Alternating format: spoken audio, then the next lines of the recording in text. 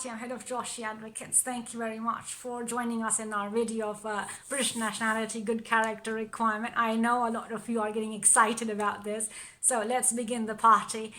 In the next 5 minutes, we will look at the good character requirement policy change from 10th of February 2025. We'll look at it in two segments for your ease of reference. One is the illegal entry point of the good character, and the second is the criminality point.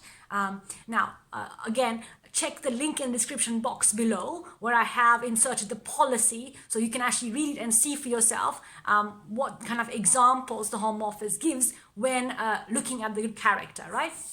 So the first illegal entry point. Consider that Home Office saying anyone applying for British nationality by naturalization after 10th of February 2025 and who entered the UK illegally at whatever point in their life, then that application normally will be refused. Normally suggests that there is discretion on part of the Home Office caseworker to consider other relevant factors which may lean in the applicant's favour for grant of a naturalisation.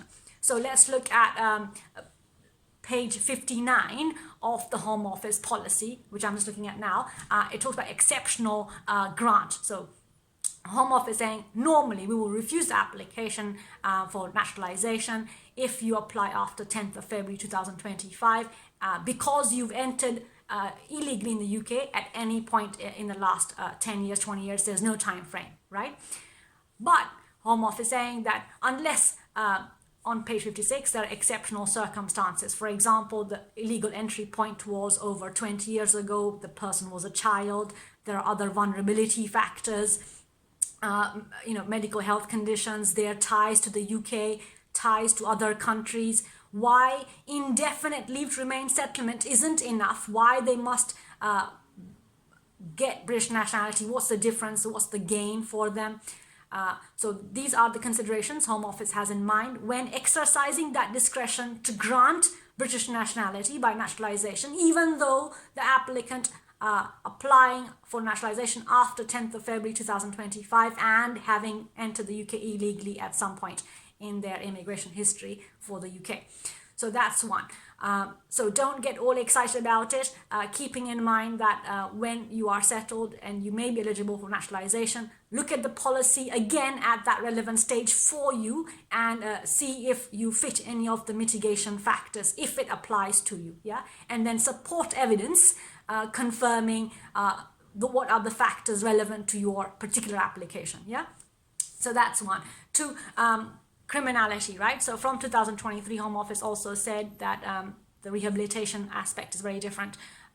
If someone has been convicted for less than 12 months, Home Office still has the power to refuse the application, even though 5 years or 10 years have passed. It's irrespective of that. Home Office assessment for naturalization, where there's a conviction for, let's say, less than 12 months, even if it's out of court conviction, meaning if there's community service or a suspended sentence, a fine, whatever, that will fall into an assessment of balance of probabilities. So again, several factors they will look at when the conviction took place, what the sentence was, community service, the person's age, for example, any other factors. It's their first conviction, it happened a long time ago, XYZ, right?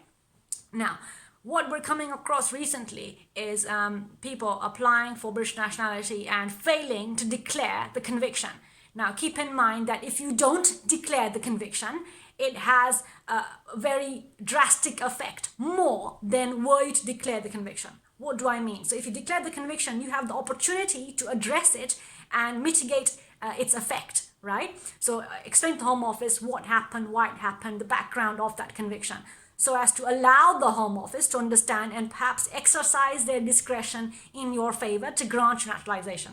However, if you don't declare it, not only does the Home Office have the power to refuse you straight away, but also they would say, you failed to disclose, therefore you're trying to hide information, and as a result, 10-year ban, because you're trying to lie to us, you're trying to hide information from us, right? So take legal advice here and always try to declare information so as to gain the opportunity to explain to the Home Office why something happened the way it happened, yeah? Because by not disclosing it, you harm yourself even more, okay? So I hope that's been helpful. As always, contact me, details below, subscribe, and I'll see you next week. Thank you so much. Take care.